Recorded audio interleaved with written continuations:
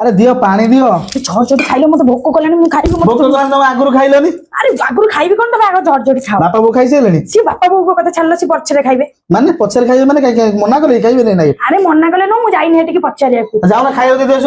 କଣ ହେଇଛି କଣ ତମେ ତରତର କଣ ପାଇଁ ହଉଛ? ଆରେ ଛତୁ ତରକାରୀ ଏତିକି ଟିକେ ନାଗୁରୁ ଅଛି ମୋ ପାଇଁ ବି ଏତିକି ଟିକେ ନାଗୁରୁ ତମେ ଖାଇଦିଅ ମୁଁ ଖାଇବି କିନ୍ତୁ ଭୋକ ଜୋର କଲାଣି। ମାନେ ଛତୁ ତରକାରୀ ତୁ ବାପା ବୋଉକୁ ନ ଦେଇ ମତେ ଦେଇଛୁ ଖାଇବା ପାଇଁ, ତୋ ପାଇଁ ତୁ ରଖିଛୁ ନା? ଟିକେ ନାଗୁରୁ ରଖିଛି। ଏ ଚୁପ୍।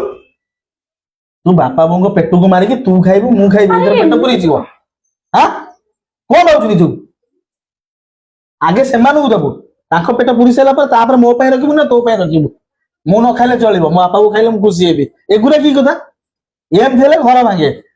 ସେମାନେ ଗୋଟେ ଆଶାରେ ବସିଥିବେ ଆମକୁ ଛତୁ ତରକାରୀ ଟିକେ ଖାଇବୁ କି ମାଂସ ଟିକେ ଖାଇବୁ, ହେଲେ ତୁ ଭଲ ଭଲ ଖାଇବୁ ତାଙ୍କୁ ଦେଲା ବେଳକୁ ଟିକିଏ ଖେଞ୍ଚାଇ ମେଞ୍ଚାଇ। ଠିକ କଥା ନୁହଁ। ସବୁ ପରିବାରରେ ଏମିତି ଘଟୁଛି। ସମସ୍ତେ କୁହନ୍ତି ଶାଶୁ ଭଲ ନୁହଁ ବୋହୁ ଭଲ ନୁହଁ, କିନ୍ତୁ ଆକ୍ଚୁଆଲି ବୋହୁ ମାନେ ବି ସୁଧୁରିବା ଦରକାର।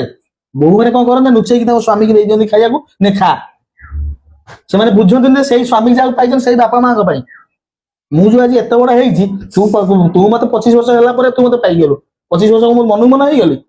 ଆଗେ ତାଙ୍କୁ ଦବୁ ତାପରେ ମତେ ଦବୁ। ଯା ବାପା ବୋଉଙ୍କ ଖାଇବାକୁ ଦେ, ଯେତିକି ତରକାରୀ ଅଛି ସମସ୍ତଙ୍କୁ ବାଣ୍ଟି ଦେ ଯା। ଏଟା ଆମ ଘରେ ନୁହଁ, ପ୍ରତିଟି ଘରେ ଘରେ ଏଇ ଘଟଣା ଘଟୁଛି। ବୋହୁ ମାନେ କଣ କରୁଛନ୍ତି ନା ଲୁଚେଇ ଛପେଇକି ମାନେ ସ୍ୱାମୀ ମାନଙ୍କୁ ଖାଇବାକୁ ଦେଇଦବା, ଛୁଆ ମାନଙ୍କୁ ଖାଇବା